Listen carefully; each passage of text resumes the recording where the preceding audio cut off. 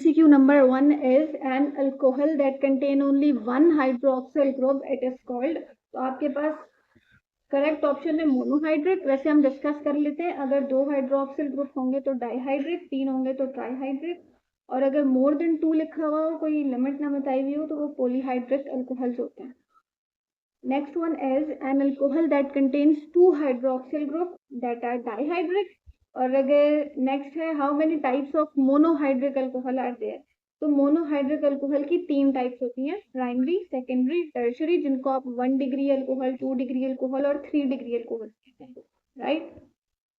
Next one is what is the general formula of monohydric alcohol. So the correct option is CnH2n+1OH, right. Next one is when the alcoholic carbon is attached to one other carbon, the alcohol is called. जब आपका alcoholic carbon वो carbon जिसके साथ आपका OH group attach है, ठीक है. तो OH ग्रुप जिस कार्बन के साथ अटैच है, वो कार्बन अगर एक और कार्बन के साथ अटैच है तो वो प्राइमरी अल्कोहल. अगर वो कार्बन 2 और कार्बन के साथ अटैच है तो वो सेकेंडरी अल्कोहल. और अगर वो कार्बन 3 और कार्बन के साथ अटैच है तो वो टर्शरी अल्कोहल होता है, राइट. नेक्स्ट पे चलते हैं. When the alcoholic carbon is attached to 2 other carbon, ठीक है, जब 2 अदर कार्बन से अटैच हो तो secondary.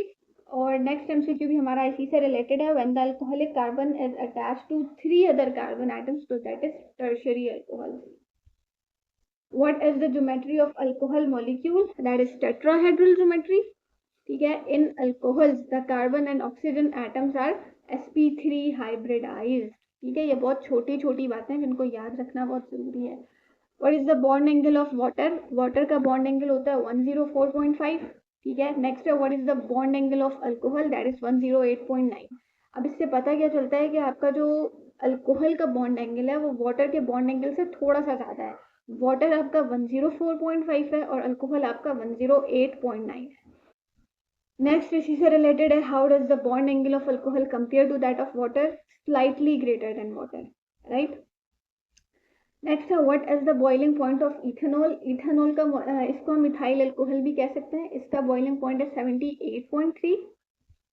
Next one is what is the boiling point of propanol और propyl alcohol. That is I think so 97 point. Yes. As the number of alkyl group increases, solubility of alcohol. जितने ज़्यादा alkyl groups होंगे उतनी कम solubility होगी, यानी कि जितने ज़्यादा कार्बन चेन बढ़ती जाएगी उतना ज़्यादा अल्कोहल जो है वो लेस soluble हो जाएगा. नेक्स्ट है as the number of alkyl group increases, the boiling point increases. यानी कि जितने ज़्यादा कार्बन इंक्रीज होंगे उतना ज़्यादा बॉइलिंग पॉइंट आपका इंक्रीज होना शुरू हो जाएगा, right.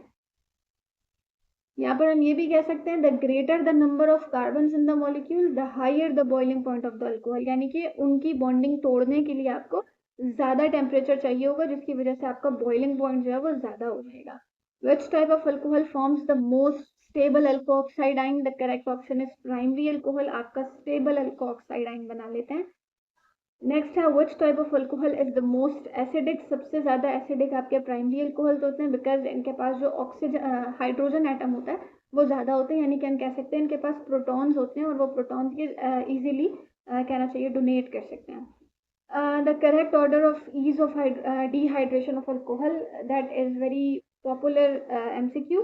3 degree alcohol, 2 degree alcohol, then 1 degree alcohol. सबसे ज़्यादा डिहाइड्रेशन टर्शरी करते हैं, फिर प्राइमरी करते हैं, फिर सेकेंडरी करते हैं, देन प्राइमरी करते हैं.